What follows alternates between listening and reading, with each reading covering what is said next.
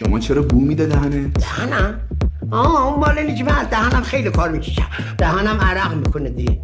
این عرق اون عرق نیست، این یه عرق دیگه. جرمت چیه؟ ما موسیقی به ما گفتم موسیقی رو زمین باعث فسق و فجور میشه. این شد که رفتیم زیر زمین. بعد موسیقیمون گل کرد، گرفت اومد رو زمین، فسق و فجور رفت زیر زمین، ما رو گرفتن اومدیم. جرم شما چی بود؟ هیچی.